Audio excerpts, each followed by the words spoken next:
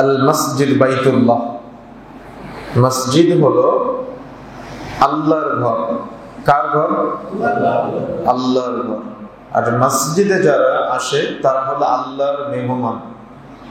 কথা বুঝেন না? বলে না, বুঝতে পেরেছেন? আপনার বাসায় যখন মেহমান আসে তখন, বা আপনি কোথাও মেহমান হিসেবে গেলে আপনি কি ফিল করেন বা কেমন চিন্তা থাকে আপনার, উভয়টা নিয়ে আপনি একটু চিন্তা করবেন। যে আপনার বাসায় যখন মেহমান আসে আর আপনি যখন কারোর বাসায় মেহমান হয়ে যান, তো মসজিদটা হলো আল্লাহর ঘর। এখানে আমরা সবাই আল্লাহর মেহমান। আল্লাহ রাব্বুল আলামিনের ইবাদত বান্দিগির জন্য আমরা মসজিদে এসেছি। তো এই জায়গাটা কেমন হওয়া দরকার, এই ইবাদতের জায়গাটা কেমন প্রশস্ত হওয়া দরকার, বা এই ইবাদতের জায়গায় কেমন ভাবে আমরা নেতৃত্ব দিব, বা এই ইবাদতের জায়গাটা আমরা কেমন ভাবে পরিচালনা করব, যাতে করে এই এলাকার মার্কাজ থেকে মানুষ দ্বীনের সঠিক বুঝ, সঠিক দাওয়াত গ্রহণ করতে পারে।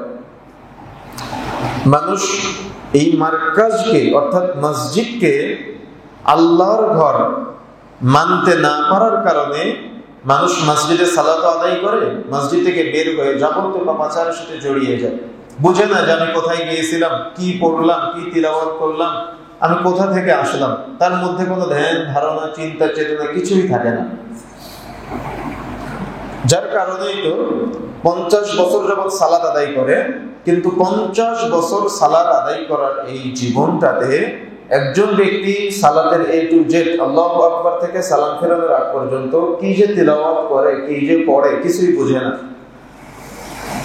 মসজিদে সালাত আদায় করে আল্লাহ রাব্বুল আলামিন বলেছেন, ইন্নাস সালাতা তানহা আনিল ফাহশাই ওয়াল মুনকার, নিশ্চয়ই সালাত, নিশ্চয়ই নামাজ যাবতীয় অন্যায়, অশ্লীলতা, পাপাচার থেকে বিরত রাখে। কিন্তু এই বিষয়গুলো না বুঝার কারণে মানুষ মসজিদে সালাত আদায় করে, মসজিদ থেকে বের হয়ে আবার কাপড় টাকানোর নিচে নেমে যায়। মসজিদে সালাত আদায় করে, মসজিদ থেকে বের হয়ে সিগারেটের নেশায় জর্জরিত হয়ে যায়। মসজিদে সালাত আদায় করে, মসজিদ থেকে বের হয়ে সেলুনে গিয়ে রাসূলের সুন্নাত দাড়ি কেটে ফেলে। মসজিদে সালাত আদায় করে, মসজিদ থেকে বের হয়ে চায়ের দোকানে বসে বসে সিনেমা দেখা শুরু করে। মসজিদে সালাত আদায় করে, মসজিদ থেকে বের হয়ে মহিলারা আবার বেপরদায় চলাফেরা করে। মসজিদে সালাত আদায় করে, মসজিদ থেকে বের হয়ে পানের সাথে জর্দা সেবন করতে করতে চলে যায়। তাহলে আমার আপনার সালাত, আমার আপনার নামাজ অন্যায়, অশ্লীলতা, পাপাচার থেকে বিরত রাখে না কেন? কখনো কি চিন্তা করেছেন? কখনো ভেবে দেখেছেন, আমি যে সালাতের জন্য আসলাম, আমি যে ইবাদতের জন্য আসলাম, আমি কি জেনে বুঝে ইবাদতগুলো করতে পারলাম? আমি যে আল্লাহর মেহমান হয়ে আসলাম, আল্লাহর ইবাদত বান্দিগির জন্য আসলাম, আমি কতটুকু চাইতে পেরেছি আল্লাহর কাছে?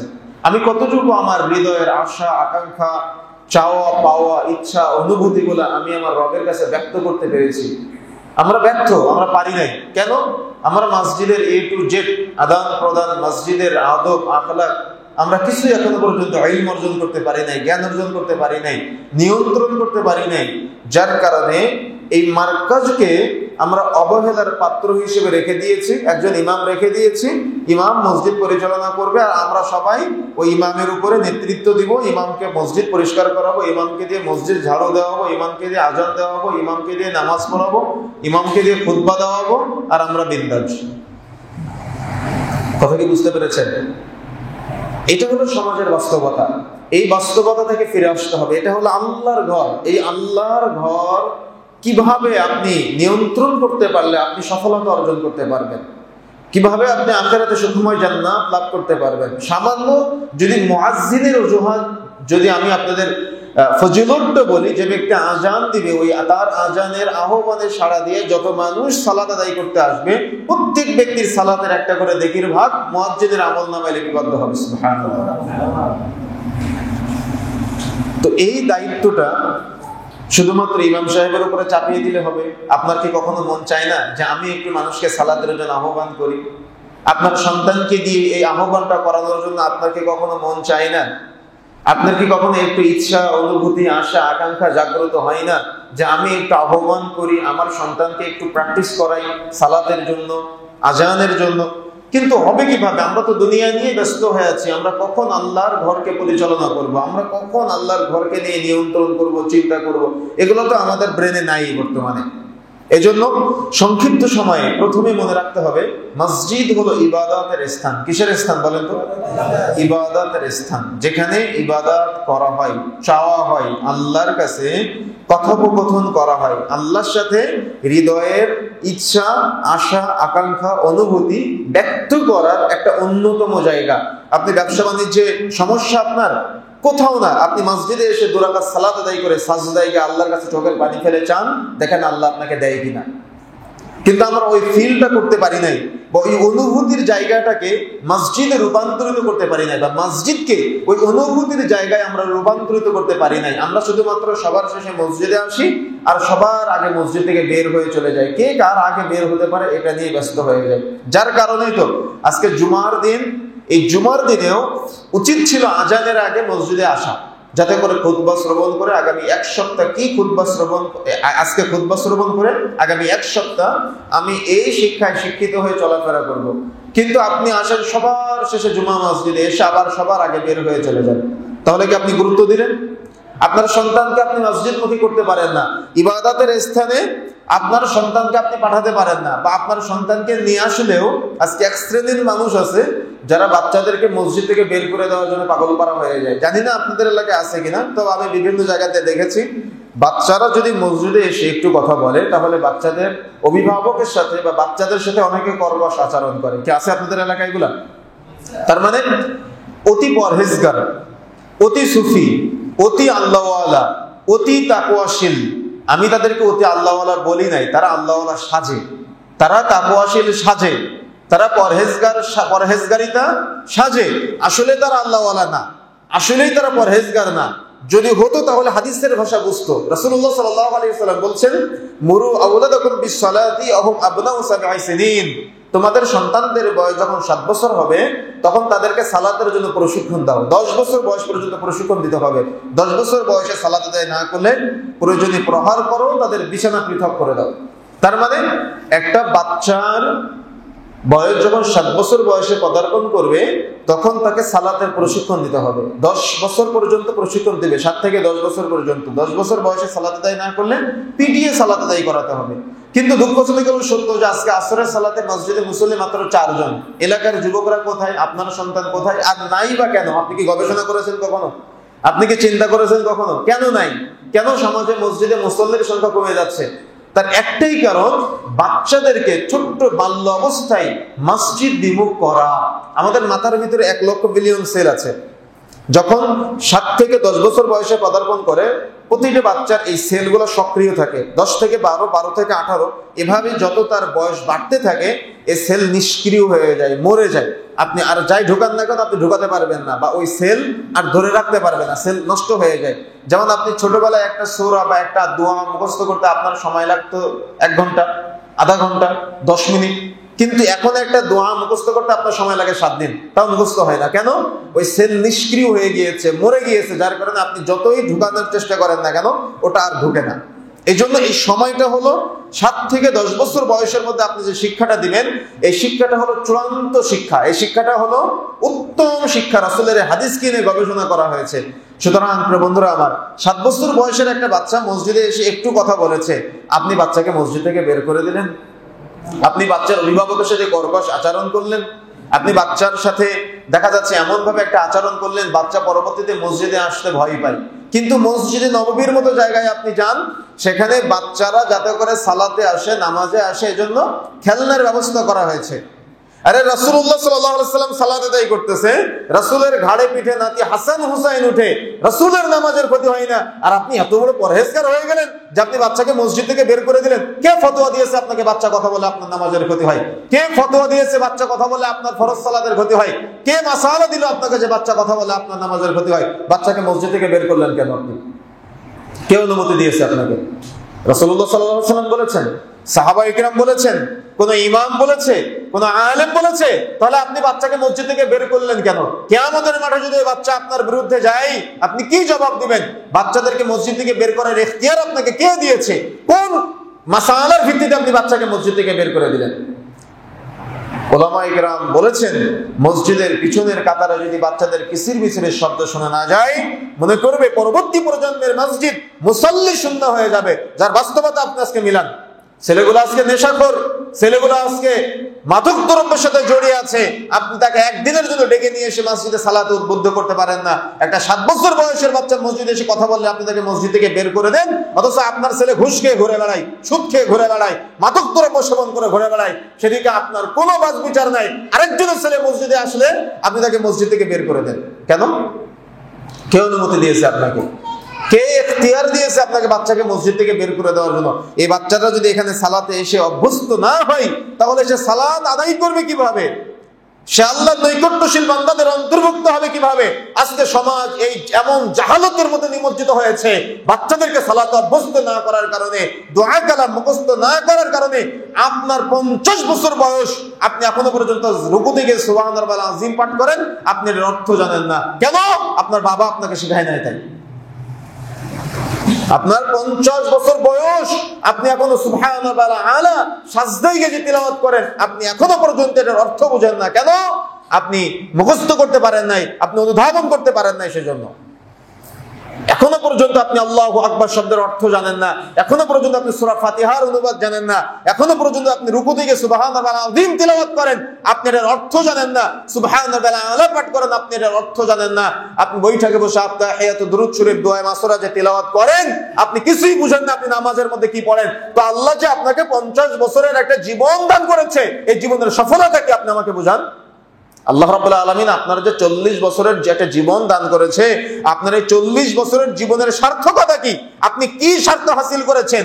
আপনি কি শিক্ষা অর্জন করেছেন, যেটা নিয়ে আপনি আখিরাতে যাওয়ার প্রস্তুতি গ্রহণ করেছেন? আপনি একটু আমাকে বুঝান। নাকি আপনার মতো আপনার সন্তানকে আজকে পথভ্রষ্ট করতে যাচ্ছেন? আপনার মতো আপনার সন্তানকে আজকে জাহালতের মধ্যে আপনি ঠেলে দেওয়ার চেষ্টা করতেছেন। 7 বছর বয়স একটা বাচ্চা মসজিদে এসে সালাত আদায় করবে, একটু কথা বলতেই পারে। আর আমাদেরও ভুল আছে, বাচ্চাদেরকে এক কর্নারে দিয়ে দেই আমরা। বাচ্চাদেরকে বড়দের মাঝে মাঝে নিয়ে নিলে তারা সালাতে অভ্যস্ত হবে, তারা শিখবে। কিন্তু এক কর্নারে দিয়ে দিলে তারা তো গল্প করবেই, তারা কথাবার্তা বলবেই। সুতরাং চেষ্টা করতে হবে আমাদের বাচ্চাদেরকে মসজিদ মুখী করার জন্য, সালাত মুখী করার জন্য, আল্লাহর ঘরটাকে চিনানোর জন্য, আল্লাহকে চিনানোর জন্য। আপনার ছেলে যদি আল্লাহকে না চিনে, আপনার ছেলে যদি রাসূলকে না চিনে, তাহলে সে চিনলো কাকে? কি নিয়ে আখিরাতে যাবে? আপনারই বা জীবনের সফলতা কি, বা আপনার সন্তানের জীবনের সফলতা কি?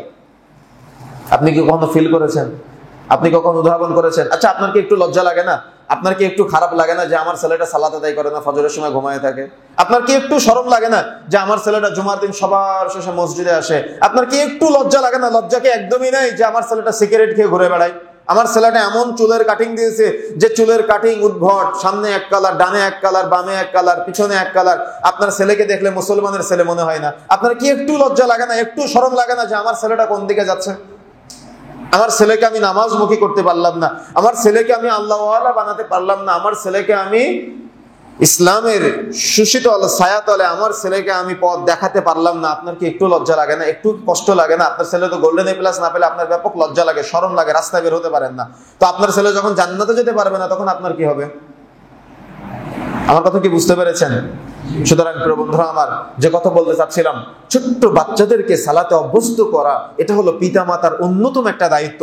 যদি পিতামাতা এই ছোট্ট বাল্য অবস্থায় তার সন্তানকে, তার রবকে চিনাতে না পারে, তাহলে ওই পিতামাতাও ব্যর্থ, ওই সন্তানও ব্যর্থ। এই জন্য আজকে থেকে কোনো বাচ্চা মসজিদে আসলে তাকে মসজিদ থেকে বের করে দিবেন না। অভিভাবকরা অনেক সময় ভয় পায় যে আমার ছেলেটাকে নিয়ে গেলে যদি কথা বলে ফেলে, তাহলে অমুকে তো রাগ করবে, তমুকে তো রাগ করবে, এজন্য বাচ্চাকে মসজিদে নিয়ে আসতে চায় না, ভয় পায়। ভয় পেয়ে বাচ্চাদের মসজিদে নিয়ে আসে না। আর যার ফলপ্রেক্ষিতে আজকে আমাদের সমাজের মসজিদগুলা মুসাল্লি শূন্য হয়ে গিয়েছে, মসজিদে মুসাল্লি পাওয়া যায় না। জুমার দিন যে 2-1 পাওয়া যায়, তাও সবার শেষে আসে, আবার সবার আগে বের হয়ে চলে যায়। ও বুঝে না কেন মসজিদে আসলাম, ও বুঝে না কেন। ওই যে বাবা বলবে যে জুমার দিন নামাজ পড়তে গেলি না, মা বলবে জুমার দিন নামাজ পড়তে গেলি না, বউ বলবে জুমার দিন নামাজ পড়তে গেলেন না। তার মানে ও ওই মা বাবা ভাই বোনের চাপে মসজিদে আসে, বুঝে শুনে মসজিদে আসার জন্য চেষ্টা করে না। এই জন্য প্রিয় বন্ধুরা আমার, যে কথা বলতে চাচ্ছিলাম, মনে রাখার চেষ্টা করতে হবে আমাদের প্রত্যেকটা বিষয়ের মধ্যে একটা সহনশীলতা আছে। একটা তারতম্য আছে। এই তারতম্য ভেদে যদি আমি আপনি একটা পরিবেশ তৈরি করতে পারি, তাহলে একটা সফল পরিবার বা একটা সফল সমাজ গড়তে পারবো। এই জন্য প্রথমেই মনে রাখতে হবে, এই মসজিদটা হলো আল্লাহর ঘর, এটা উন্মুক্ত করে দিতে হবে। আর বাচ্চাদেরকে ছোট্ট বাল্য অবস্থায় তাদের জন্য এই শিক্ষা এমনটা দেওয়ার চেষ্টা করতে হবে যাতে করে তারা সালাত মুখী হয়, যাতে করে তারা আল্লাহকে চিনতে পারে, যাতে করে তারা এখান থেকে রাসূলকে চিনতে পারে। এই জন্য প্রথমত মনে রাখতে হবে, মসজিদ হলো ইবাদতের জায়গা। এই ইবাদতের জায়গাটা ছোট্ট বাল্য অবস্থা থেকে সবাইকে চিনিয়ে দেওয়ার চেষ্টা করতে হবে।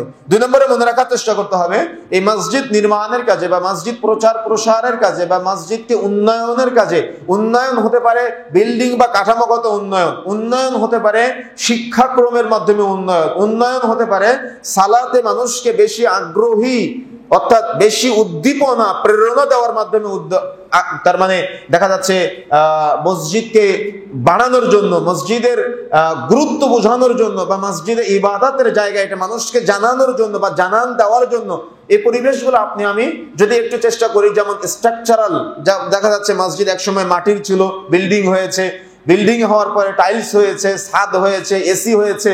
এর সাথে সাথে চেষ্টা করতে হবে মসজিদের মানুষ যারা মুসল্লি আছে তাদের ঈমানকে বৃদ্ধি করার জন্য। তাদের দেখা যাচ্ছে মসজিদের মুসল্লি যারা আছে তাদের সালাতে বেশি বেশি অভ্যস্ত করার জন্য। যারা মসজিদের মুসল্লি আছে তাদেরকে ইসলামের অন্যান্য যে বিষয়গুলো আছে, এমন একটা সোসাইটি গড়ে তুলতে হবে মসজিদকে কেন্দ্র করে, যে এই মসজিদের ইমাম সাহেব যিনি থাকবে, যে বিবাহে গান বাজনা বাজবে, ওই বিবাহে মসজিদে কোনো দায়িত্বশীল যাবে না, ওই বিবাহে মসজিদের ইমাম সাহেবও নামাজ পড়াবে, বিবাহ পড়াবে না। কথা বুঝেন নাই মনে হয়, আমার কথা বুঝতে পেরেছেন? এটা হলো একটা সোসাইটি গড়ে তোলা। তার মানে মসজিদ কেন্দ্রিক এমন একটা কাঠামো বা এমন একটা গঠনতন্ত্র দাঁড় করতে হবে, এটা ইমানদারদের ব্রেনের মধ্যে ঢুকবে, এটা সবার ব্রেনে ঢুকবে না কথাগুলা। এমন একটা সিস্টেম তৈরি করতে হবে, যে দোকানে চা বিক্রয়ের পাশাপাশি সিনেমা দেখানো হবে, ওই চায়ের দোকানে ইমাম সাহেবও সাজেস্ট করবে না কাউকে, মসজিদের যারা একনিষ্ঠ ভালোবাসার দায়িত্বশীল আছে তারাও কেউ ওই জায়গাটাকে সাজেস্ট করবে না।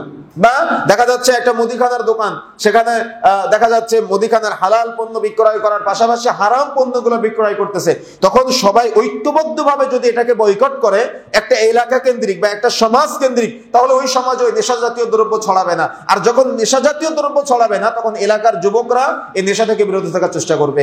যখন কোনো এলাকায় এভাবে কমিউনিটি করে একটা সিনেমা হল বন্ধ করতে পারবে, সিনেমা হল মানে চায়ের দোকান, এই চায়ের দোকানের সিনেমা হল যেগুলো আছে এগুলো যারা বন্ধ করতে পারবে, দেখা যাচ্ছে ওই এলাকায় সিনেমা চলবে না, গান চলবে না, অশ্লীলতা চলবে না। একটা পরিবেশের মধ্যে নিয়ে আসার জন্য চেষ্টা করতে হবে। এটা হলো যারা নিয়ন্ত্রক আছে তাদের অন্যতম একটা দায়িত্ব। শুধু মসজিদে দায়িত্ব নিলাম আর অমুক পদ পেলাম তমুক পদ পেলাম, আমি বড় দায়িত্বশীল হয়ে গেলাম, বিষয়টা এমনটা। একটা মসজিদের দায়িত্ব পাওয়া মানে পুরো এলাকার দায়িত্ব তার উপরে, পুরো সমাজের দায়িত্ব তার উপরে। এই সমাজের 80টা পরিবারের 100টা পরিবারের টোটাল তাদেরকে নিয়ন্ত্রণের দায়িত্ব তার উপরে চলে আসে। কিন্তু আমার আপনার সমাজ আজকে এই ফজিলতপূর্ণ একটা আমল পাওয়ার পরেও আমরা এগুলো থেকে কিন্তু আজকে অনেক দূরে সরে আছি। এই এমন একটা সোসাইটি গড়ার ক্ষেত্রে যদি আমরা সহযোগিতা করতে পারি, এই পুরো সেটআপটা হলো ওই রাসূলুল্লাহ সাল্লাল্লাহু আলাইহি ওয়াসাল্লামের হাদিস, মান বানা লিল্লাহি মাসজিদান, আপনারা সবাই জানেন, যে ব্যক্তি মসজিদ নির্মাণ করবে তার জন্য জান্নাতে ঘর নির্মাণ করা হবে। সুবহানাল্লাহ। এবং একটা পরিবেশের সাক্ষী যদি আপনি হতে পারেন, এখানে যদি আপনার 10 টাকার সহযোগিতা থাকে, আপনার যদি পরিশ্রম থাকে, কথার সহযোগিতা থাকে, তবুও আপনার জন্য জান্নাতে ঘর নির্মাণ হবে। সুবহানাল্লাহ। এত বড় একটা ফজিলতপূর্ণ আমল আমাদেরকে চেষ্টা করতে হবে যে আমরা যাতে করে এই ফজিলতপূর্ণ আমলের সাথে নিজেকে সংমিশ্রণ ঘটাতে পারি বা নিজেকে অটুট রাখতে পারি। কেন দুনিয়া তো চিরজীবনের জন্য না, যখন আল্লাহ রাব্বুল আলামিনের মাঝ থেকে আহ্বান চলে আসবে তখন চলে যেতে হবে, তাই না? এই চলে যাওয়ার আগে এমন একটা পরিবেশ করে রেখে যেতে হবে যে আমি মারা যাওয়ার পরে আমি যে একটা চমৎকার পরিবেশ রেখে যাচ্ছি, যে পরিবেশটা হবে ইমানদারদের জন্য, যে পরিবেশটা হবে তাকওয়াশীলদের জন্য। আর একজন ইমানদার, একজন তাকওয়াশীল যতগুলো রাকাত সালাত আদায় করবে, যতগুলো সাজদা দিবে, প্রত্যেক রাকাতের বিনিময়ে, প্রত্যেক সাজদার বিনিময়ে, প্রত্যেক রুকুর বিনিময়ে যে নেকি অর্জন করবে, প্রতিটা নেকির যে ফজিলত বিনিময় আছে, এই কবরে বসে বসেও আপনি তার একটা পার্সেন্টেজ পাবেন। সুবহানাল্লাহ। এখন আপনার একটা ইচ্ছা থাকা লাগবে, আপনার একটা আগ্রহ থাকা লাগবে, আপনার একটা উদ্দীপনা থাকা লাগবে যে আমি এই ফজিলতপূর্ণ কাজের সাথে সংমিশ্রণ হব কিনা, নাকি আমি বিরোধিতা করব। কথা বুঝেন নাই? এখানে দুইটা পথ হতে পারে। একটা হলো এই ফজিলতপূর্ণ আমলের সাথে নিজেকে সম্পৃক্ত রাখা, আর একটা হলো এই ফজিলতপূর্ণ আমল থেকে নিজেকে গুটিয়ে নেওয়া, বিরত থাকা, বিরোধিতা করা বা মিথ্যাচার করা, মিথ্যা প্রতিপন্ন করা, মিথ্যা প্রচার করা। কথা বুঝতে পেরেছেন? দুইটা পথ। এখন আপনাকে আল্লাহ রাব্বুল আলামিন জ্ঞান দিয়েছেন, আপনি আপনার জ্ঞান দিয়ে চিন্তা করবেন আপনি কোন পথটা গ্রহণ করবেন।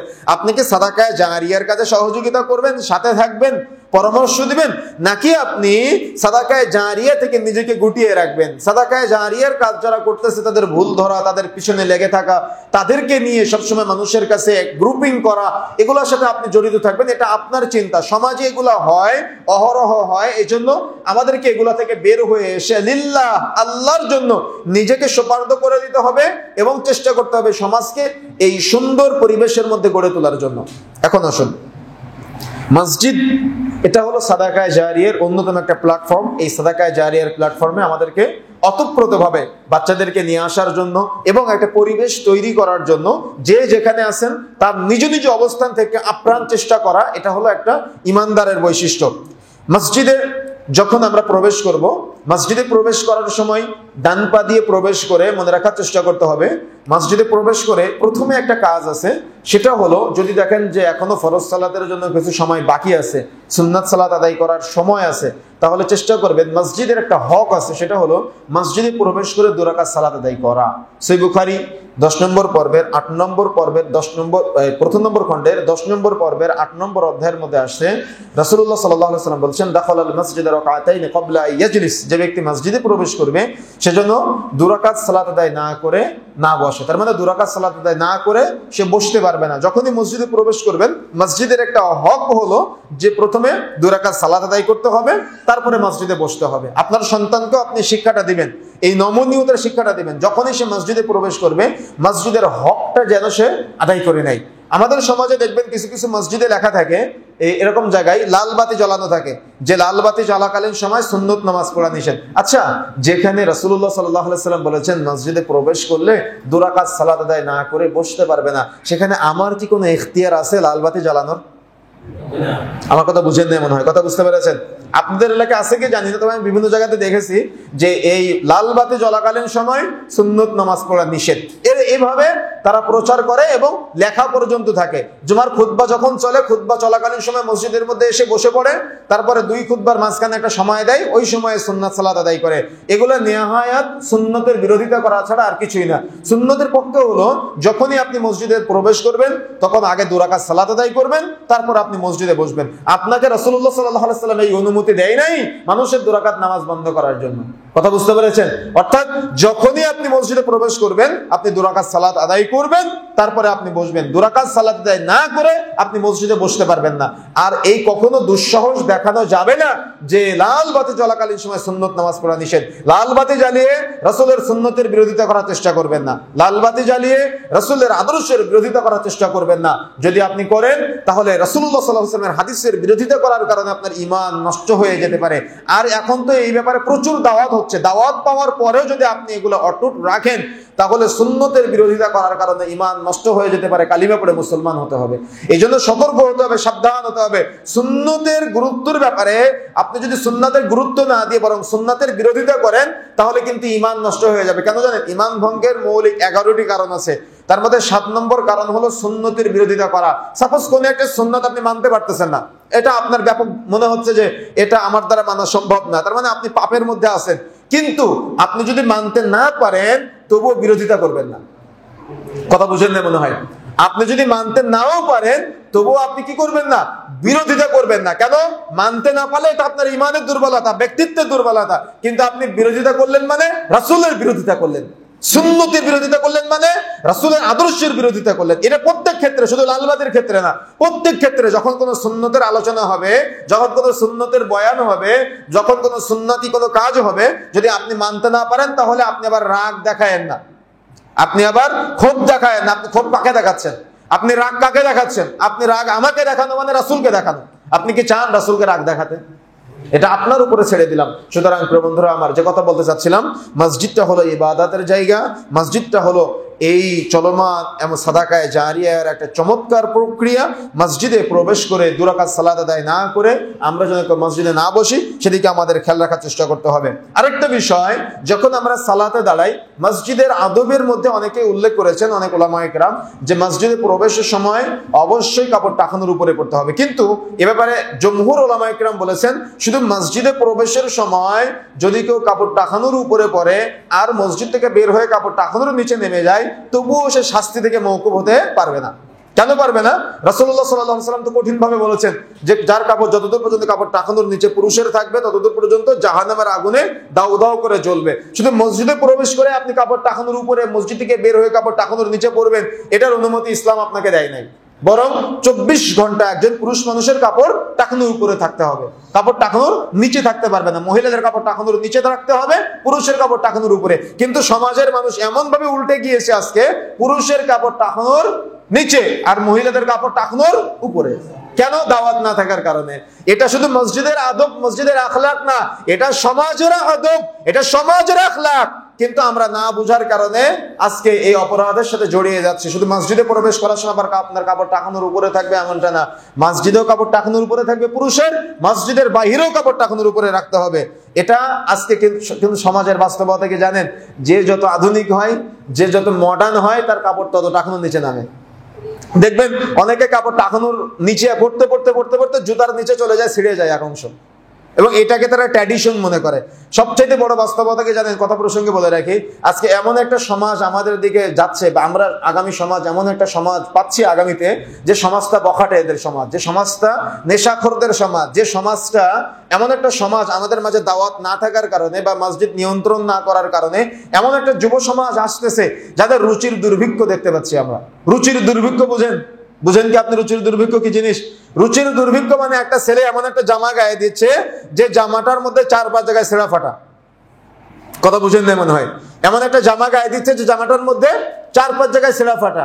ও এটাকে ট্র্যাডিশন মনে করে, ও এটাকে মডার্ন মনে করে। এমন একটা প্যান্ট পরে যে প্যান্টটার মধ্যে 4-5 জায়গায় ছেঁড়া ফাটা। কথা বুঝেন নাই? ও দাওয়াত পাবে কিভাবে? ও তো মসজিদে সবার শেষে আসে, আবার সবার আগে বের হয়ে যায়। ও এমন একটা চুলের কাটিং দিয়ে ঘুরে বেড়ায়, তার সামনে এক কালার, পিছনে এক কালার, ডানে এক কালার, বামে এক কালার। তার চুলের কাটিং দেখলে তাকে মুসলমানের ছেলে মনে হয় না। সমাজ এমন ভাবে আজকে জাহালাতের মধ্যে যাচ্ছে।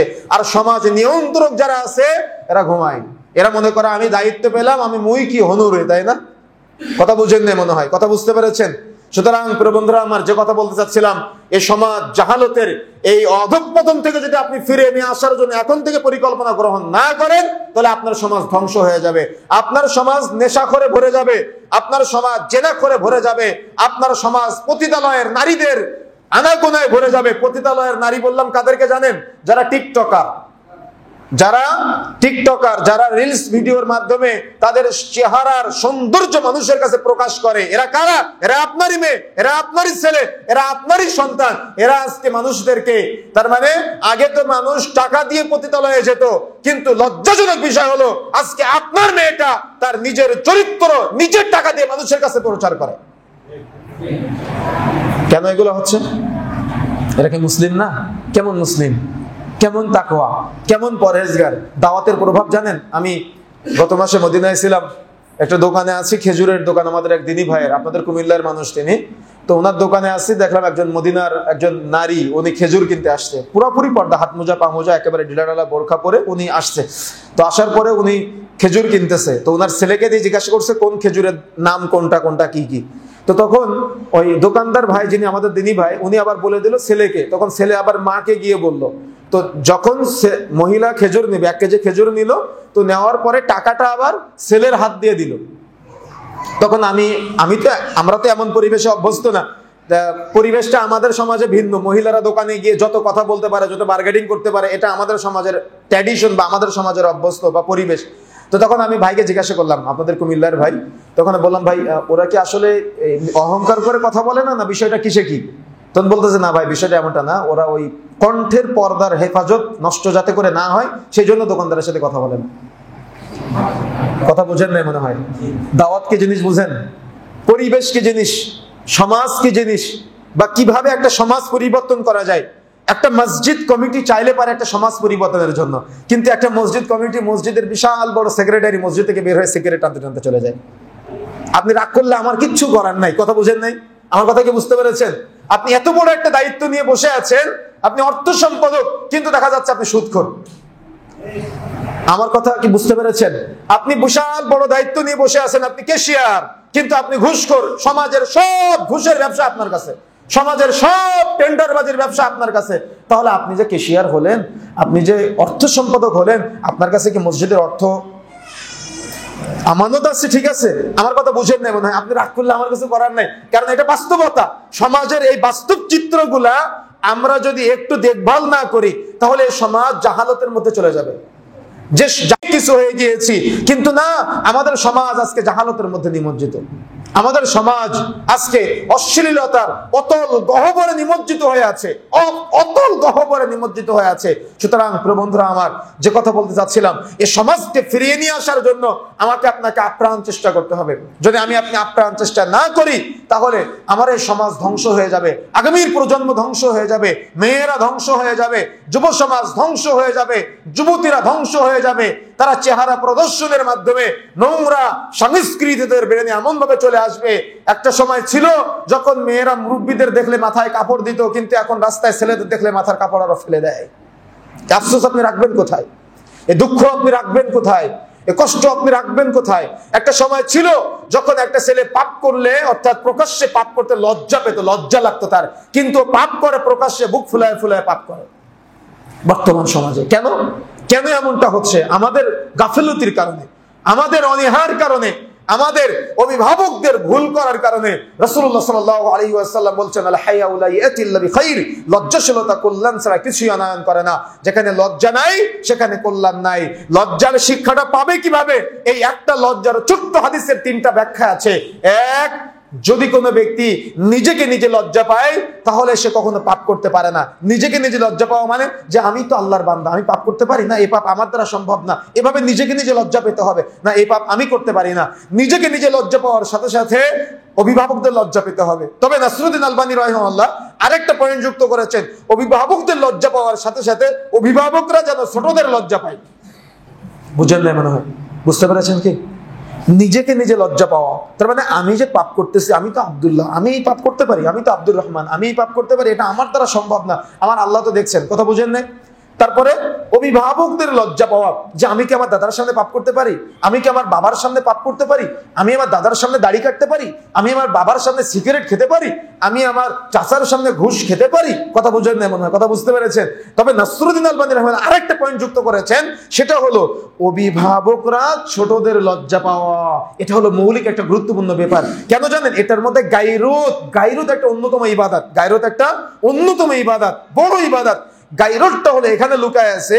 অভিভাবকরা যদি ছোটদের লজ্জা না পায়, ছোটরা কখনো অভিভাবকদের সম্মান করবে না, ছোটরা কখনো অভিভাবকদের লজ্জা পাবে না। তার মানে বাবা যদি ছেলের সামনে সিগারেট খায়, তাহলে সন্তান সিগারেটখোর হবেই। বাবা যদি ছেলের সামনে সুদ খায়, সন্তান সুদখোর হবেই। বাবা যদি ছেলের সামনে ঘুষ খায়, ছেলে ঘুষখোর হবেই। বাবা যদি ছেলের সামনে মিথ্যা বলে, ছেলে মিথ্যুক হবেই। মা যদি মেয়ের সামনে বেপরদায় চলে, মেয়েও বেপরদায় চলবে। এটা হলো চূড়ান্ত বাস্তবতা। এই জন্য অভিভাবকরা যদি ছোটদের লজ্জা না পায়, তাহলে ছোটরা কখনো অভিভাবকের সামনে, বড়দের সামনে পাপ করা থেকে বিরত থাকবে না। আমার কথা বুঝতে পেরেছেন? আমার কথা বুঝতে পেরেছেন? বাস্তবতা বলবো। বাস্তবতা হলো, আপনি আপনার একলারামপুর, এই যে আপনি একটা বাজার আছে সম্ভবত আপনাদের, আপনি যখন বাজারে যান তখন দেখেন আপনার বয়স হলো 40 বছর, আর আপনার এলাকার একটা 20 বছর বয়সের ছেলে ও দোকানে, চায়ের দোকানে গিয়ে মুরব্বীকে বলতেছে, মুরব্বী একটা সিগারেট দেন। নেওয়ার পরে ও সবার সামনে সিগারেটটা ধরায়, ও সিগারেটটা গালে দেয়, আবার ধোঁয়াটা আপনার নাকে মুখে ছুড়ে ফেলে দেয়। আমি বললাম, আপনার নাকে মুখে কেন জানেন? ও আপনাকে তো লজ্জা পায় না। ওর পাশে আপনি, তার বাবা দাঁড়িয়ে আছেন, ও তো অক্কা করে না। ওর পাশে কোনো মুরব্বী দাঁড়িয়ে আছে, তো অক্কা করে না। ওর পাশে ওর মা দাঁড়িয়ে আছে, তো অক্কা করে না। ওর পাশে ওর বাবা দাঁড়িয়ে আছে, তো অক্কা করে না। ওর পাশে ওর সন্তান দাঁড়িয়ে আছে, তোয়াক্কা করে না। ওর পাশে আলেম ওলামা দাঁড়িয়ে আছে, তোয়াক্কা করে না। ওর পাশে ইমাম সাহেব দাঁড়িয়ে আছে, তোয়াক্কা করে না। ও সিগারেট খায় আর জান্নাতের দিকে ধোঁয়া ছেড়ে দেয়। ও পাপ করে, কিন্তু বুক ফুলিয়ে পাপ করে, লোক দেখিয়ে দেখিয়ে পাপ করে, গর্ব করে পাপ করে। তাহলে কি লজ্জা আছে? লজ্জার শিক্ষা নাই কেন? আমার কথা কি বুঝতে পেরেছেন এবার বিষয়টা? ও পাপ করে কিন্তু মানুষকে দেখায় দেখায় পাপ করে, ও পাপ করে কিন্তু বুক ফুলায় পাপ করে। কেন? আমরা পরিবেশ তৈরি করে দিয়েছি তাই। পরিবেশটাই এমন, সমাজটাই এমন হয়ে গিয়েছে। সুতরাং এ সমাজ পরিবর্তনের জন্য, আদর্শ সমাজ গঠনের জন্য আমাকে আপনাকে এখন থেকে প্রচেষ্টা চালিয়ে যেতে হবে। যদি আপনি প্রচেষ্টা না চালাই তাহলে সমাজ ধ্বংস হয়ে যাবে, এ রাষ্ট্র ধ্বংস হয়ে যাবে। এ সমাজে একদিন দেখবেন শুধু সিগারেট খোর আর সিগারেট খোর, যেদিকে তাকাবেন সেদিকে বেপর্দা, যেদিকে তাকাবেন সেদিকে পাপাচার, যেদিকে তাকাবেন সেদিকে সিনেমা হল, যেদিকে তাকাবেন সেদিকে অশ্লীলতা, নোংরামি, মাদক দ্রব্যের ছড়াছড়ি। সুতরাং পরিবর্তনের জন্য আমাকে আপনাকে এখন থেকে চেষ্টা করতে হবে, প্রচেষ্টা গ্রহণ করতে হবে। সুতরাং প্রিয় বন্ধুরা আমার, মনে রাখার চেষ্টা করতে হবে আমাদের যে তাহলে মসজিদে প্রবেশের সময় আমরা যেন ভদ্রতার সাথে, শালীনতার সাথে আমরা যেন মসজিদের বাহিরেও কাপড় টাকানোর উপরে পরি, মসজিদের ভিতরেও কাপড় টাকানোর উপরে পরি। আমাদের মা এবং বোনেরা মসজিদের বাহিরেও কাপড় টাকানোর নিচে, মসজিদের ভিতরেও কাপড় টাকানোর নিচে পড়বে, এটাই চূড়ান্ত। সুতরাং এই বিষয়টা আমাদের উপলব্ধি করার চেষ্টা করতে হবে। তারপরে অন্যতম একটা পয়েন্ট, সেটা হলো ইমাম নিয়োগ দেওয়া। মসজিদের ইমাম নিয়োগ দেওয়া। আপনার মসজিদে আপনি কেমন ইমাম নিয়োগ দিবেন, এটা অত্যন্ত গুরুত্বপূর্ণ একটা বিষয়। ইমাম নিয়োগ দেওয়া, ইমাম মানে হলো নেতা। যদিও আমাদের সমাজে প্রতিটা মসজিদে 2টা করে নেতা থাকে। কথা বুঝেন নাই? ইমাম শব্দেরও যে অর্থ, সভাপতি শব্দেরও একই অর্থ, প্রধান শব্দেরও একই অর্থ। কথা বুঝেন না মনে হয়? আপনি কখনো বিশ্লেষণ করেছেন কি আমি জানি না, আমার কথা বুঝতে পেরেছেন? শরীয়তের পরিভাষায় ইমাম শব্দেরও যে অর্থ নেতা। ইমাম মানে কি? নেতা। সভাপতি মানে কি? নেতা। মসজিদ প্রধান মানে কি বলেন তো? নেতা। তো এই ইমাম নিয়োগ করার ক্ষেত্রে শরীয়তের অনেকগুলো বিষয় আছে। তার মধ্যে অন্যতম একটা হলো ইমামের মসজিদ নিয়ন্ত্রণের যোগ্যতার ক্ষেত্রে প্রথমত সালাতের জন্য কিরাত বিশুদ্ধ হতে হবে। কথা বুঝতে পেরেছেন? কিরাত বিশুদ্ধ হতে হবে। সালাতের জন্য মনে রাখার চেষ্টা করতে হবে ইমাম বিশুদ্ধ পদ্ধতিতে সালাত আদায় করে কিনা, মানে সহি পদ্ধতিতে সালাত আদায় করে কিনা, ইমাম কোনো বিদআতের সাথে সম্পৃক্ত আছে কিনা, ইমাম কোনো দেখা যাচ্ছে শিরকের সাথে সম্পৃক্ত আছে কিনা। অনেক মসজিদ আছে ইমাম নামাজও পড়ে আবার তাবিজও দেয়, ওই ইমামের পেছনে নামাজ হবে না। কথা বুঝেন না মনে হয়? এ ব্যাপারে কথা স্পষ্ট, বক্তব্য স্পষ্ট। কোন মুশরিকের পিছনে নামাজ হবে না। যে তাবিজ দেয় সে হলো মুশরিক, আর মুশরিকের পিছনে কখনো নামাজ হবে না। এজন্য যে মসজিদের ইমাম সিগারেট দেয়, যে মসজিদের ইমাম তাবিজ দেয়, ওই মসজিদের ইমামকে পরিবর্তন করতে হবে। কথা বুঝতে পেরেছেন? তবে আলহামদুলিল্লাহ আপনাদের তো একজন ইমাম পেয়েছেন, খতিব পেয়েছেন, আলহামদুলিল্লাহ। বাংলাদেশে পরিচিত একটা ছেলে, আলেমে দ্বীন সজীব মাহমুদ সালাফি, আমাদের অনেক ভালোবাসার একটা ছেলে, আলহামদুলিল্লাহ।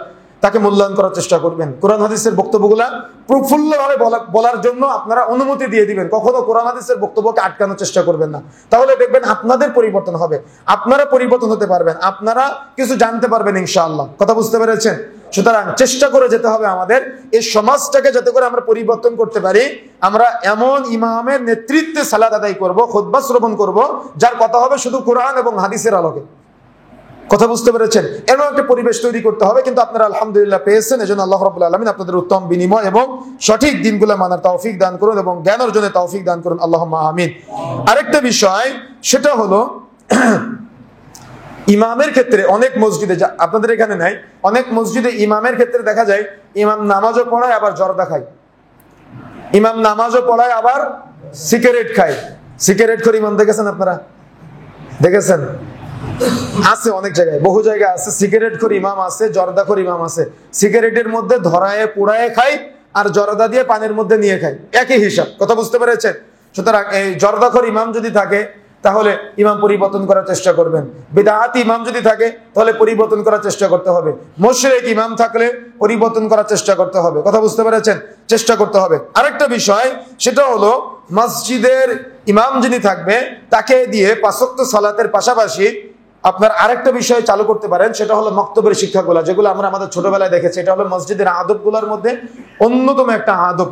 যে মক্তবে আপনার সন্তান কোরআন মাজিদে শিক্ষা অর্জন করবে, যে মক্তবে আপনার সন্তান হাদিস মুখস্থ করবে, যে মক্তবে আপনার সন্তান অন্তত 30তম পারাটা কোরআন মাজিদে 30 নম্বর পারাটা মুখস্থ করতে পারে, যে মক্তবে আপনার সন্তান বক্তৃতা দেওয়া শিখবে কোরআন হাদিসের, যে মক্তবে আপনার সন্তান রাসূলের আদর্শগুলা শিখবে, যে মক্তবে আপনার সন্তান সিরাতের শিক্ষাগুলো অর্থাৎ নবীদের জীবনী A to Z আপনার সন্তান শিক্ষা অর্জন করবে, এরকম পরিবেশ আপনাদের তৈরি করে দিতে হবে।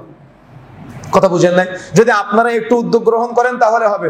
আপনার ছেলেটা সকাল 7টার সময় একটা প্রাইভেট, 8টার সময় আরেকটা প্রাইভেট, 10টার সময় গিয়ে স্কুল, বিকাল 4টায় চলে আসে, 5টার সময় আরেকটা প্রাইভেট ইংলিশ, তারপর রাত্রে 10টা পর্যন্ত চলতে থাকে ঘন্টার পর ঘন্টা।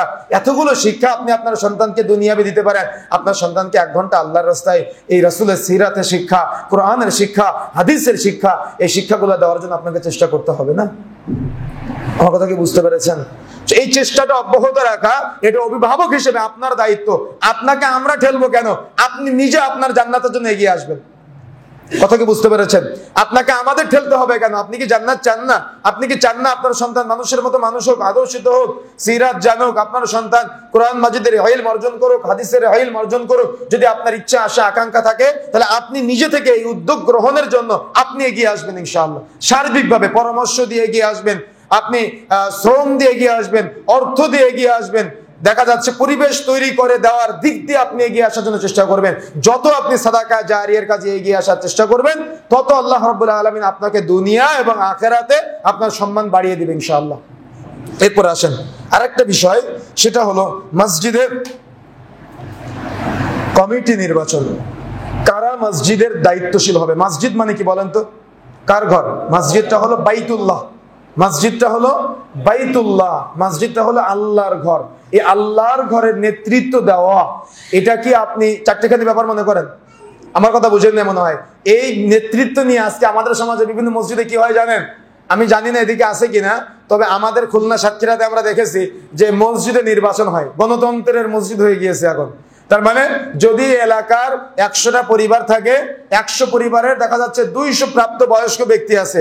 এই 200 ব্যক্তির মধ্যে টোকেন দেওয়া হয়, কে কাকে সভাপতি হিসেবে দেখবে, কে কাকে সেক্রেটারি হিসেবে দেখবে, কে কাকে অর্থ সম্পাদক হিসেবে দেখবে। এই পোস্টার টানানো হয়।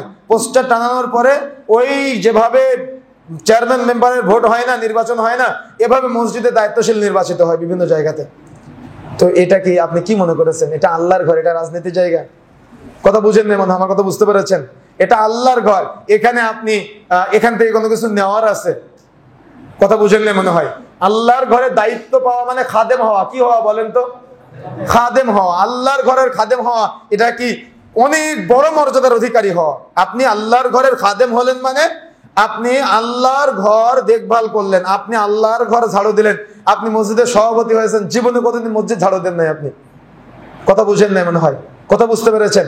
আপনি মসজিদের সেক্রেটারি হয়েছেন, জীবনে কোনোদিন মসজিদ পরিষ্কার করেন না, শুধু ইমামের উপরে ঠেলেন যে ইমাম এখানে ময়লা কেন, মুয়াজ্জিন সাহেব এখানে ময়লা কেন, শুধু তাদের উপরে ঝাড়ি মারতে পারেন। কিন্তু আপনি এখনো পর্যন্ত কোনোদিন মসজিদ পরিষ্কার করলেন না, ওযুখানা পরিষ্কার করলেন না, মসজিদের বাথরুম পরিষ্কার করলেন না। কথা বুঝেন না মনে হয়? আমার কথা বুঝতে পেরেছেন? তো আরাবিয়ানদের মধ্যে আর আমাদের মধ্যে এটা পার্থক্য। মানে আমরা ওই দায়িত্ব নির্বাচন করে নিয়েছি, বিশাল 5 বছর বা 2 বছর আমি এই মসজিদের সভাপতি, আমি যেটা বলবো, যে টাকা আমি যেদিকে নিয়ে যাব। এমনকি জানেন অনেক লজ্জার বিষয় আছে এখানে, মসজিদে যে আপনারা দান করেন না, এমন বহু মসজিদ আছে, আমাদের কাছে প্রশ্ন আসে যে মসজিদের দানের টাকা সুদে খাটায়। কি আস্তাগফিরুল্লাহ বলবেন না? এরকম বহু মসজিদ আছে, মসজিদের দানের টাকা সুদে খাটায়। তো এই যে সমাজের বাস্তব চিত্র আমাদের, এই বাস্তব চিত্র থেকে আমাদের নতুন একটা সমাজ গড়তে হবে না? নতুন একটা পরিবেশ তৈরি করতে হবে না? এই নতুন পরিবেশ তৈরি করার জন্য আমাকে আপনাকে আপ্রাণ চেষ্টা করতে হবে। সুতরাং প্রবন্ধুরা আমার, মসজিদ দায়িত্বশীল নির্বাচনের ক্ষেত্রে প্রথম যে পয়েন্ট ওলামায়ে কেরাম নির্বাচন করেছেন, লাজনা দায়মা থেকে আমরা যেটা পাই, সেটা হলো তাকে মুখলেস হতে হবে। মুখলেস বুঝেন? মুখলেস বুঝেন? ইখলাস সম্পূর্ণ হতে হবে। ইখলাস, যার মধ্যে ইখলাস এগিয়ে, যিনি ইখলাসের দিক দিয়ে সর্বাধিক এগিয়ে, তিনি হবে সর্বোত্তম নেতৃত্ব দেওয়ার জায়গা, সেখানে তিনি যাবে। এবং এটা হবে সিলেকশনের মাধ্যমে, এটা ইলেকশনের মাধ্যমে না। তার মানে আমরা 5 জন মিলে আপনাকে দিব, বা কথা বুঝতে পেরেছেন? আমরা আপনাকে দিব, আপনি আকাঙ্ক্ষা করলেন মানে রাসূলের হাদিসের বিরোধিতা করলেন। হাদিসের বিরোধিতা কি? নেতৃত্ব চেয়ে নিতে রাসূলুল্লাহ সাল্লাল্লাহু আলাইহি সাল্লাম নিষেধ করেছেন। এই জন্য এই নেতৃত্বের ভার অনেক কঠিন জায়গা। এই কঠিন জায়গাটা চেয়ে নেওয়া, এই সমাজের পুরা মানুষের দায়িত্ব নেওয়া, এই পুরা নিজের দায়িত্ব আমরা নিজে নিতে পারি না, আর এই সমাজের 100 ঘরের দায়িত্ব আমি নিব।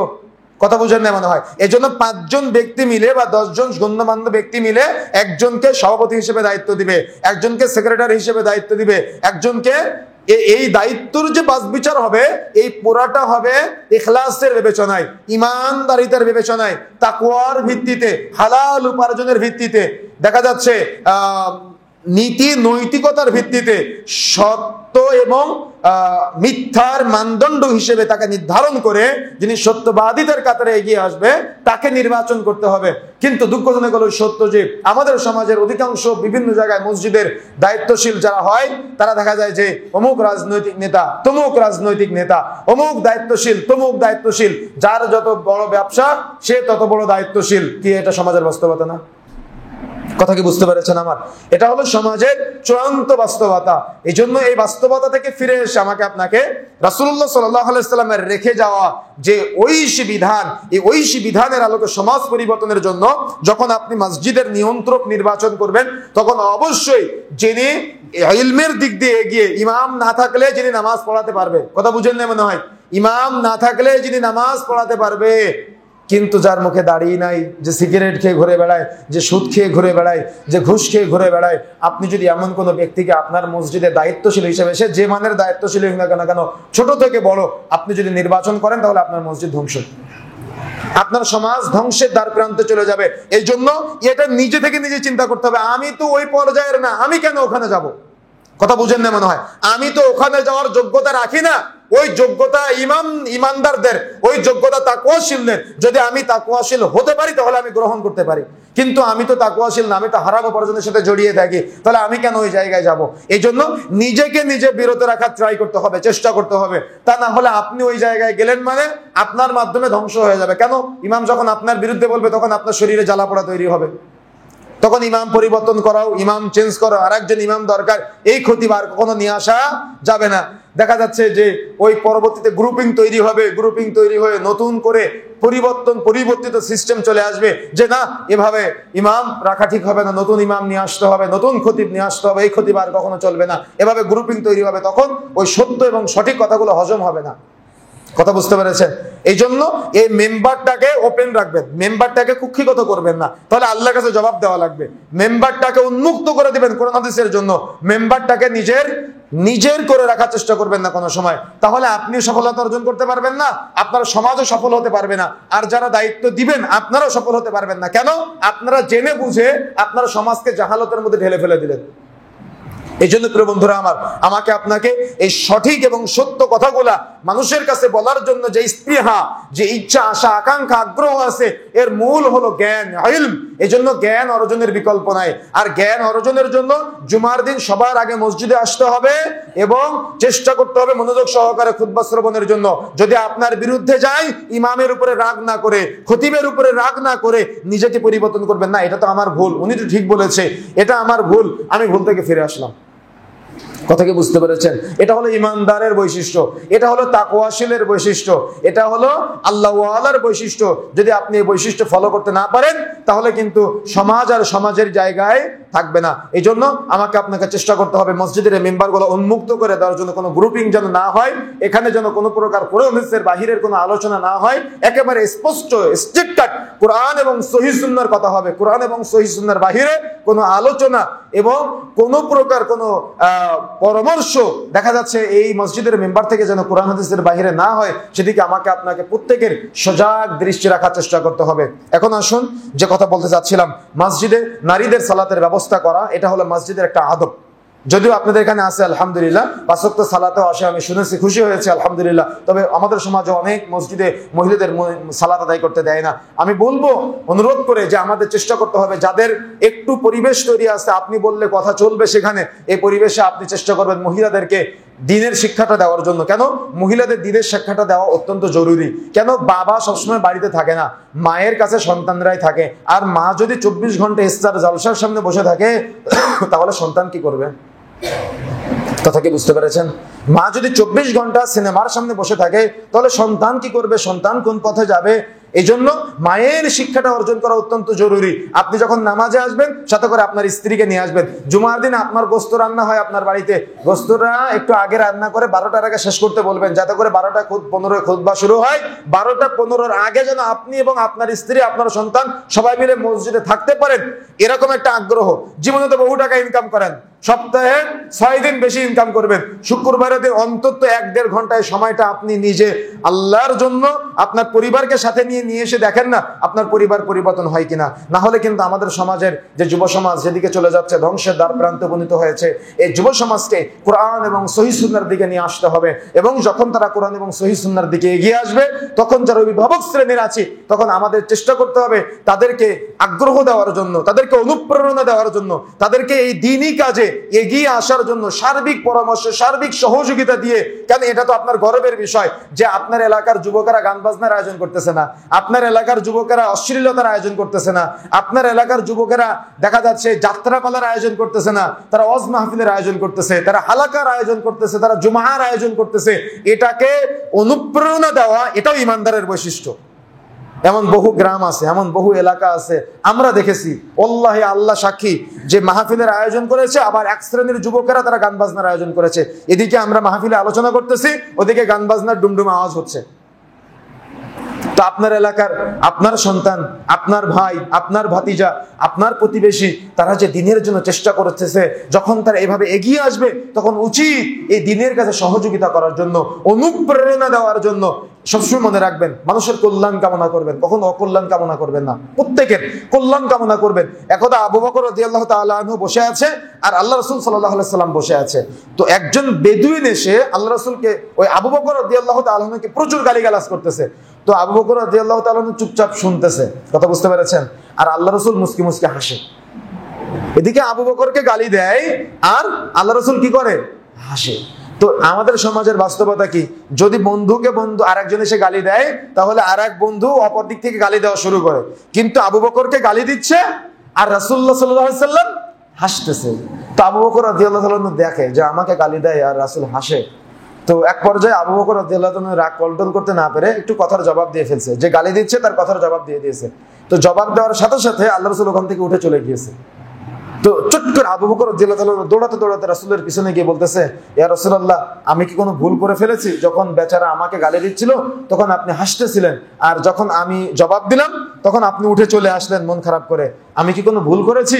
তখন রাসূলুল্লাহ সাল্লাল্লাহু আলাইহি ওয়াসাল্লাম বলছেন, আবু বকর, তুমি যখন চুপচাপ শুনতেছিলে আর ওই ব্যক্তি যখন তোমাকে গালি দিচ্ছিল, তখন আমি দেখেছি ফেরেশতারা তোমার পক্ষ থেকে গালির জবাব দিচ্ছে। সুবহানাল্লাহ। কথা বুঝেন না মনে হয়? কথা বুঝতে পেরেছেন? যে আবু বকর, তুমি যখন চুপ ছিলে আর ওই ব্যক্তি যখন তোমাকে গালি দিচ্ছিল, তুমি চুপ ছিলে, কিন্তু তোমার পক্ষ থেকে ফেরেশতারা জবাব দিচ্ছিল। কিন্তু যেই মুহূর্তে জবাবটা তুমি দিয়েছো, তখন ফেরেশতারা চলে গিয়েছে আর শয়তান চলে এসেছে, আর যেখানে শয়তান থাকে ওখানে আমি থাকি না। এখন আপনি হয়তো বলতে পারেন যে আমাকে এত গালি দিচ্ছে, আমি কি কিছু বলবো না? না, আপনি চুপ থাকবেন। কথা বুঝেন না মনে হয়? আমার কথা বুঝতে পেরেছেন? আমার কথা বুঝতে পেরেছেন? সুতরাং প্রিয় বন্ধুরা আমার, রাসূলুল্লাহ সাল্লাল্লাহু আলাইহি সাল্লামকে গিয়ে একজন বলতেছে, আল্লাহ রাসূল, আমি প্রচুর দোয়া করি, এত দোয়া করি, কিন্তু আমার কোনো দোয়া কবুল হয় না, আমি কি করতে পারি? তখন আল্লাহ রাসূল বলতেছে, তুমি অন্যের কল্যাণ কামনা করো, অন্যের জন্য দোয়া করো, তাহলে তোমার দোয়াটা কবুল হবে। এখন বলেন তো, আপনি অন্যের জন্য কি দোয়া করেন? যে আল্লাহ তুমি তার ছেলের ভালো রেজাল্ট করাও, নাকি আপনি বলেন আল্লাহ তার ছেলে ধ্বংস হয়ে যাক, আল্লাহ তার জমি জায়গা ধ্বংস হয়ে যাক, তার ক্ষেত খামারের ফসল যেন ভালো না হয়? আপনি এই দোয়া করেন না? কথা বুঝেন না মনে হয়? কিন্তু দোয়া করা দরকার ছিল কি? আল্লাহ তুমি তার সন্তানকে মানুষের মতো মানুষ বানাও, আলেম বানাও, তুমি তার ক্ষেত খামারের ফসল ভরিয়ে দাও। তাহলে আল্লাহ আগে আপনাকে দিত, তারপরে তাকে দিত। কিন্তু আপনি কি করলেন? বদদোয়া করলেন। বদদোয়াটা আগে আপনার উপরে আসবে। কথা বুঝেন না? সুতরাং প্রিয় বন্ধুরা আমার, যে কথা বলতে চাচ্ছিলাম, এই জন্য হৃদয় বড় করে একটা সুন্দর সমাজ, এমন একটা সোসাইটি গড়ে তুলতে হবে যে সোসাইটিতে গান বাজনা থাকবে না। এমন একটা সমাজ গড়ে তুলতে হবে যে সমাজে ৫ ওয়াক্ত সালাতে যুবকদের পাওয়া যাবে। এমন একটা সমাজ গড়ে তুলতে হবে যে সমাজে মসজিদে আসার জন্য মানুষ হুড়াহুড়ি করবে, মাগরিবের সময় মসজিদে আসবে, এশার সালাত আদায় না করে বাড়িতে যাবে না। এমন একটা পরিবেশ তৈরি করতে হবে আমাদের। কি একটু আগ্রহ তৈরি হয়, একটু ইচ্ছা হয়, একটু আকাঙ্ক্ষা তৈরি হয় যে আমি একটা এমন সমাজ গড়ে তুলি, আমি একটা এমন পরিবেশ গড়ে তুলি যে সমাজে ৫ জন যুবক যারা মাগরিবে মসজিদে আসবে, এশা পর্যন্ত কোরআন তিলাওয়াত করবে, এশা সালাত আদায় করে বাড়িতে যাবে। কথা বুঝেন না মনে হয়, কথা বুঝতে পেরেছেন? এমন বহু মসজিদ পৃথিবীতে আছে, আপনার বাংলাদেশেও আছে আলহামদুলিল্লাহ। তো আপনি চাইলেও আপনার এলাকায় এমন একটা পরিবেশ তৈরি করতে পারেন। শুধু একটু উদ্যোগ নেওয়ার দরকার, শুধু একটু যুবকদের এগিয়ে নিয়ে আসার দরকার, তাদেরকে কাছে নিয়ে আসার দরকার। তারা পথভ্রষ্ট হয়ে যাচ্ছে, তারা জাহালতের মধ্যে নিমজ্জিত হচ্ছে, তাদেরকে আমরা একটু কাছে নিয়ে এসে বুঝালে, কাছে নিয়ে এসে ডেকে যদি আমরা তাদেরকে একটু নসিহা করি, তাহলে ইনশাআল্লাহ পরিবর্তন হবে। এই জন্য যারা দায়িত্বশীল আছেন, আমি আপনাদের কষ্ট দেওয়ার জন্য বলি নাই, কিন্তু একটা পরিবেশ তৈরি করতে হবে। কথা বুঝতে পেরেছেন? এমন একটা পরিবেশ তৈরি করেন, দেখবেন আল্লাহ আপনাকে সম্মানিত করবে, এমন সম্মান দান করবে, পৃথিবীর মানুষ আপনাকে দুনিয়ার কোনো কারণে ভালোবাসবে না, পৃথিবীর মানুষ আপনাকে ভালোবাসবে লিল্লাহ, আল্লাহর জন্য। আপনি জানেন আল্লাহ রাসূল বলেছেন, যখন কোনো বান্দাকে আল্লাহ রাব্বুল আলামিন ভালোবাসে, তখন ফেরেশতা জিবরিল আমিনকে কাছে ডাক দেয়, ডেকে বলে আমি অমুক বান্দাকে ভালোবাসি, তুমিও তাকে ভালোবাসো। তো ফেরেশতা জিবরিল আমিন আবার অন্যান্য সকল ফেরেশতাদেরকে ডাক দেয়, ডেকে বলে আমি তাকে ভালোবাসি, আল্লাহ তাকে ভালোবাসে, তোমরাও তাকে ভালোবাসো, সুবহানাল্লাহ। তখন ওই ব্যক্তির মাধ্যমে এমন কিছু কাজ করিয়ে নেয়, যার কারণে দুনিয়াবাসীও তাকে ভালোবাসে। আর এই ভালোবাসাটা দুই প্রকার, একটা হলো দুনিয়াবি কোনো কারণে ভালোবাসা, আর একটা হলো আল্লাহর জন্য ভালোবাসা। যেমন চেহারা দেখে ভালোবাসে না, টাকা পয়সা থেকে ভালোবাসে মানুষ, জমি জায়গা থেকে ভালোবাসে, এই ভালোবাসাগুলো আলাদা, এগুলো হলো দুনিয়াবি ভালোবাসা। কিন্তু আরেকটা ভালোবাসা আছে, সেটা হলো আল্লাহর জন্য ভালোবাসা। আপনার সাথে আমার জীবনে কোনোদিন দেখা হয় নাই, কিন্তু দিনই সম্পর্ক এমন একটা সম্পর্ক যে প্রথম দেখায় মনে হবে আমার জন্য আজীবনের সম্পর্ক আপনার সাথে। কতদিন দেখা হয়েছে, কতদিনের পরিচয়, কতদিনের আদান প্রদান, কতদিনের কথাবার্তা, এইটা হলো আল্লাহর জন্য ভালোবাসা। আমি আপনাকে আল্লাহর জন্য ভালোবাসি, আপনি আমাকে আল্লাহর জন্য ভালোবাসেন। আর যে ব্যক্তিকে আল্লাহ ভালোবাসে, তাকে আল্লাহর জন্য মানুষ ভালোবাসে। এই জন্য আপনি এমন হন যে মানুষ আপনাকে আল্লাহর জন্য ভালোবাসুক। কথা বুঝেন না মনে হয়, কথা বুঝতে পেরেছেন? আপনি নিজেকে এমন ভাবে গড়ে তুলুন যাতে করে মানুষ আপনাকে আল্লাহর জন্য ভালোবাসে। আপনার টাকা দেখে না, আপনার জমি জায়গা দেখে না, আপনার গাড়ি বাড়ি দেখে না, একমাত্র লিল্লাহি রাব্বিল আলামিন, আল্লাহর সন্তুষ্টির জন্য মানুষ আপনাকে ভালোবাসতে পারে। এই জন্য আপনাকে এখন থেকে ট্রাই করতে হবে, আপনার সন্তানকে শিক্ষাগুলো দেওয়ার জন্য চেষ্টা করতে হবে, প্রেরণা দিতে হবে। যুবকদের এমন একটা ইউনিটি বা এমন একটা কমিউনিটি গড়ে তুলতে হবে, যে কমিউনিটির মধ্যে কেউ দাড়ি ছাড়া থাকবে না। ওর বাবা লজ্জায় দাড়ি রেখে দিবে যে আমার ছেলের দাড়ি আছে আর আমি দাড়ি রাখি না। কথা বুঝেন না মনে হয়, কথা বুঝতে পেরেছেন? কিন্তু দুঃখজনক হলো সত্য যে বাবাই সন্তানের দাড়ি কেটে দেয়, সন্তান বাবার দাড়ি কেটে দেয়। এই লজ্জা রাখি কোথায়? এই লজ্জার তো কোনো শেষ নাই। সুতরাং এই সমাজ আমরা চাই না। আমরা এমন একটা সমাজ চাই যে সমাজে থাকবে না কোনো অশ্লীলতা, যে সমাজে থাকবে না কোনো হানাহানি, যে সমাজে থাকবে না কোনো দেখা যাচ্ছে রাহাজানি, যে সমাজে মানুষ রাসূলকে ভালোবাসবে পৃথিবীর সব কিছুর চাইতে বেশি।